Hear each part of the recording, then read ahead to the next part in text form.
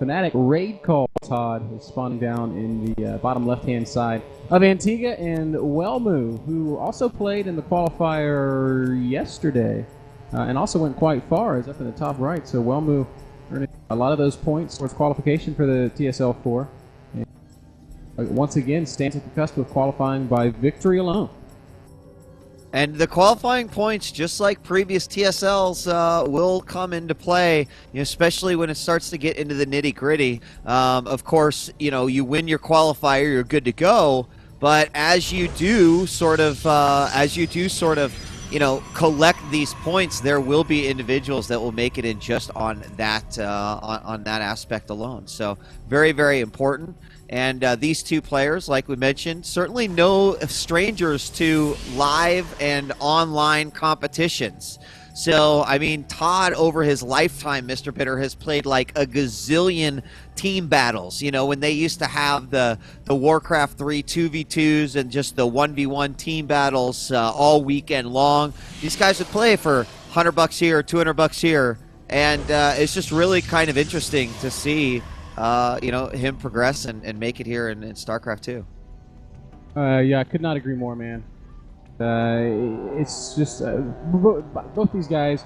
It sounds kind of silly. They shouldn't be evenly matched, and I'm making like the little bunny ear quote marks beside my head right now, because TOD has been training in Korea. He's been very focused on reaching the very highest level as a Protoss player in that environment, but. Welmu, he's a strong European, and I don't know that he's necessarily a favorite to win all the European Cups that happen from time to time, but he's always a contender. There's a few guys like Nurcho, like Cass, who tend to be a bit more dominant, but Welmu is very dangerous, always dangerous, and we can see just by his run here today and his run yesterday just how true that is. We've got pretty standard openings on both sides, Wheat. In fact, mirroring each other quite a bit. Welmu just getting that second gas a little bit faster than TOD. But other than that, very, very little deviation in these two builds. Yeah, I mean, so far, you're exactly right. I mean, on both sides, pretty much seeing it. We do have both gases going down right around 18, 19. Both of them are going to be filled up with 3, which is also something. Actually, TOD has not taken his gas. He puts 1 in there, and he is going with a somewhat. We're starting to see this a lot more, Mr. Bitter, in the double gas, but fewer harvesters on each gas. In this case, for TOD, we've got 2 on each one. Over on Welmu's side, though, he is fully stacked with 6 harvesters on both sides, and you could tell just in his gas income alone, sitting at about 150 to the 70. And also kind of taking a look at where are those chrono boosts going to for each player at about even, and I haven't seen anyone throw any down since Probe. So here comes the first one as we have TOD pumping out a couple of stalkers, and literally the same thing happening over on Welmu's side as well. Yeah, and this is actually one of my favorite builds in PvP. They get the double gateway, they go up to 3 stalkers, and it allows them to take a lot of map control, apply pressure to an opponent that doesn't have a similar stalker count, and in some cases do some really good damage. We see Welmu with those 3 stalkers out on the map already. TOD also has his 3 stalkers out. He's taking a little bit more map control. He's in the middle of the map, but because these guys have opens almost identically. Honestly, look at this. Twilight Council is going down. Yeah, on both sides. Virtually at the same times. I mean, it's all going to come down to the actual execution when these guys end up meeting. Well, and we do have TOD about ready to finish his warp gate. He has thrown down that additional gateway. However, it's still a ways out. He started his blink, and now we have Welmu moving out across the map. Worst thing that could happen, of course, TOD loses this first stalker. So reaction, TOD, there it is, off of the Zelnaga tower. But we have the additional gateway going down and a robo facility following up here for Welmu as his 5 stalkers are beginning to make their way across right now. Now he does warp in a sentry, and he may need it here just for the force field at the top of the ramp. I'm not sure he wants to engage quite yet. And there he will, denies the stalker's entry into his base. TOD's thrown down his robo facility, and Blink is going to be a little bit further ahead here for TOD. But I think after fending that out, I'm not sure that Welmu's going to keep this aggression going. Man, Welmu seems to have the better of this in every way. I'm trying to see where ToD, where he has an advantage. Like you said, his blink's just seconds faster, but Welmu has more probes. Welmu has more stalkers. ToD did make that one sentry and that one zealot, so we can see where he has allocated resources a little bit differently. But I like Welmu's position a lot. He's getting ahead. He's going to go ahead and put down pylons all around the map, getting in tons of options for warpins. And Antigua's a great map for this kind of blink stalker aggression. There's a ton of surface area to blink up into the main base and to try and just be pesky and annoying. And oh man, ToD's even leaving his base. This is a little bit scary. Yeah, it is kind of scary. I mean, ToD leaving his base, he obviously has much fewer stalkers. And if he's spotted here, he is spotted. Now, we do have the observers up here. Welmu with an opportunity to at least take out this pylon, maybe even a blink inside his base. And there, he does blink inside. And what will his target be? Initially, probes. He's going to blink back up inside himself. A sentry about to go down. It does, but Welmu saving his stalkers and so far winning this battle. But the zealots do come into play. And I'm not sure that there's an observer left over here. It's all going to come down to this blink micro. So far, ToD seems to be winning a lot of very, very unhealthy stalkers here as they continue to go down. Now the probes come out, and it should be ToD that overwhelms his opponent here. He does hold that off nicely, but meanwhile, what is up with this expansion here in the northwest corner here from Welmu?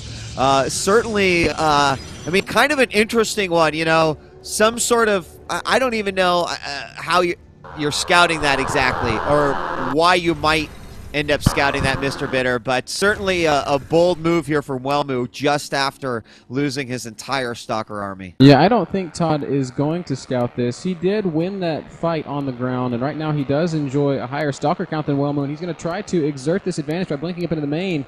But we can't forget that ToD lost a lot of economy wheat. He's in a little bit of trouble in that regard. He's going to pick off this pylon, and Welmu's going to take his time responding here. Wants to wait for his immortal to pop out. A couple of stalker warpins are going to die very, very quickly, and we're going to have another big blink battle. Both these guys have shown excellent micro so far. There's the immortal popping out. Just going to hammer away at these stalkers immediately. ToD retreating.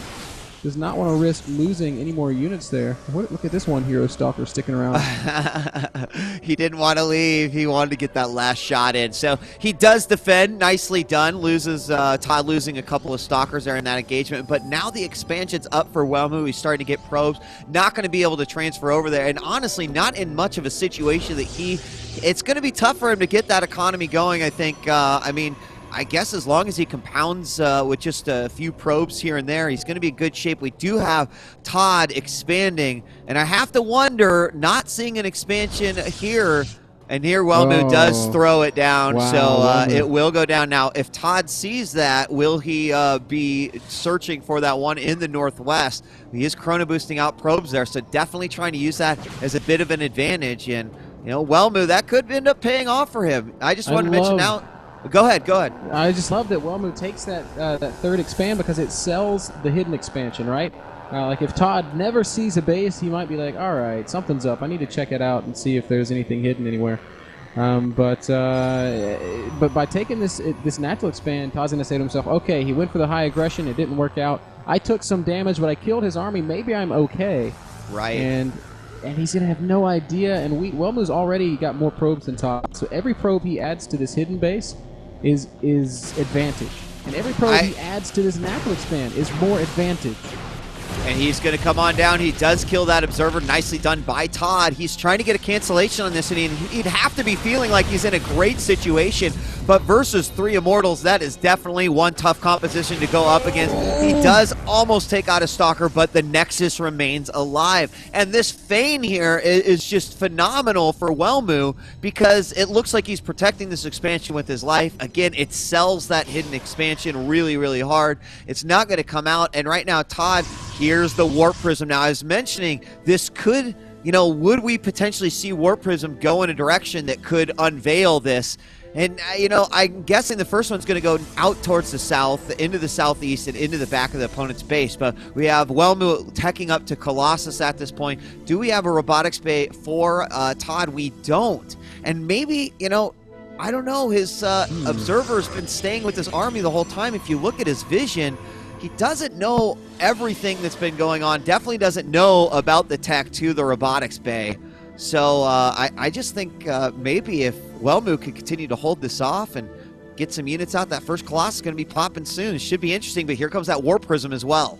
Yeah, you know, if Welmu can just hold the line, he's going to be in really good shape. But Todd is going to try to spread him out. He's been doing a good job of picking off observers all game long, and that's why I think we've seen him throw down the Dark Shrine. Zealot's going to unload in the main base, and of course the Stalker's going to come forward at the same instant. Just trying to buy himself time. Really wants to snipe this Nexus.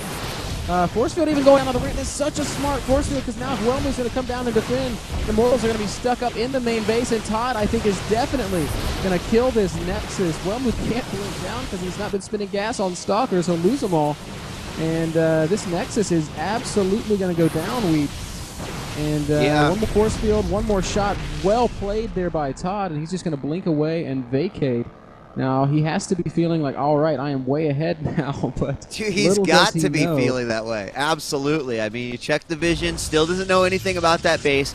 And you're right. Now, even more interesting is that he saw the Colossus, and he's got to be thinking, well, God, how many more of those can he make off of one base? But he doesn't have any of the gases over at his secret expansion, and that's definitely going to be the one place where he's going to be hurting a little bit. Regardless of that, he is getting extended thermal lance. His second Colossus is on the way out, and here comes some DTs in from Todd, sneaking those in. I didn't even peep the shrine going down there in the middle. Not with his army, Weed. It's back in Todd's base. And these DTs are going to actually check for a third. They're not going to see one. Oh, my gosh. Oh, the irony. Observer is fast-tracking it back home because, actually, Wheat. I think Todd might be hit to something. Where's this second DT going? That's kind of what I was wondering, but it looks like his path actually might just send him back home, which is unfortunate. I thought maybe, well, there's no third. I better just double check here. He's got an observer. He's got two observers now, Bitter. Down below, I mean, Todd's still working off of a Stalker army. No upgrades right now. Do we see any, it looks like another Robo going down, and actually, Todd now teching to Colossus. Oh, but Welmu's found Todd's army, and Todd's going to take some big damage before he blinks away, losing another Stalker and taking some heavy damage on the rest of his army. This is, I mean, and Todd has played so well after that first attack, but this hidden base is just, it's going to be the death of him, I'm afraid. He's behind in supply, he's behind in economy. And Welmu being a very cheeky monkey. Yeah, and you know, the Colossus count is what certainly is going to end up being I think the downfall here of Todd, despite the fact going double Robo Colossus and still trying to get his extended thermal lance out.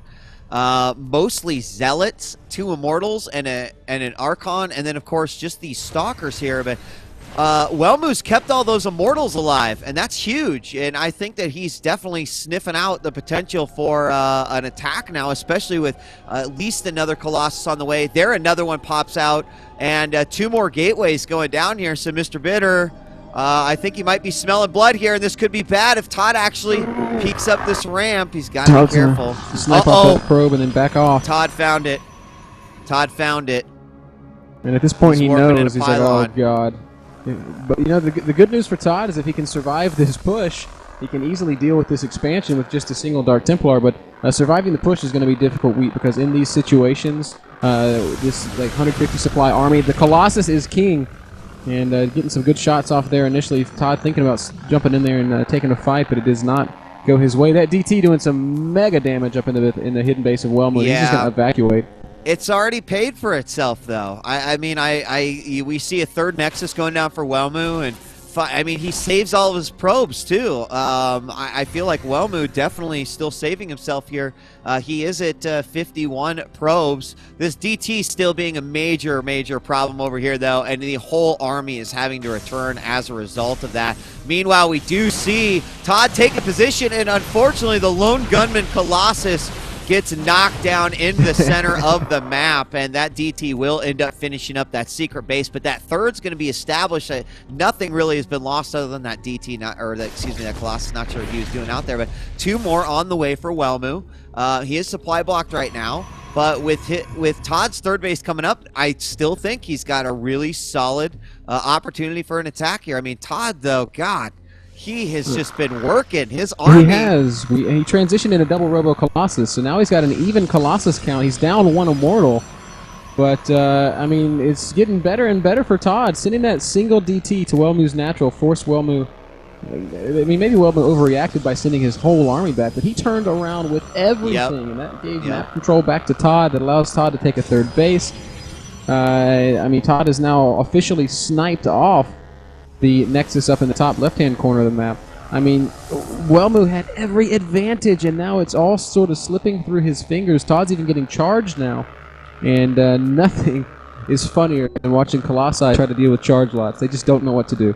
I mean, honestly, with the counts that we're looking at here in the unit counting station, 7 to 6 Colossus. I feel like that is going to eventually meet, and here we go, 7-7 Colossus, now 8 for Welmu.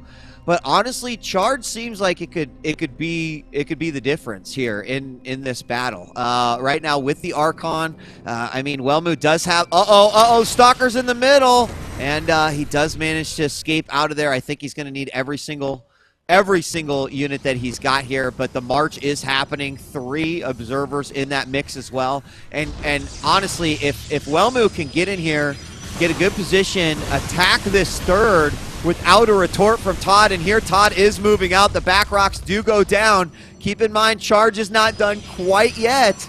But these two armies are actually quite even. They are very, very even. 140 army supply both ways. Todd has the advantage of charge, but Welmu has more Zealots, so the Zealots are going to soak up all the damage. And Colossi is so good against Zealots. Here we go. Welmu going to commit to the fight. Colossi raining down from both sides. Charge actually finishing after the fight has started, and the Zealots are all gone, so Todd not even able to use that to his advantage. Has a better concave with the Stalkers. Immortal's doing a great job of absorbing damage and hammering away.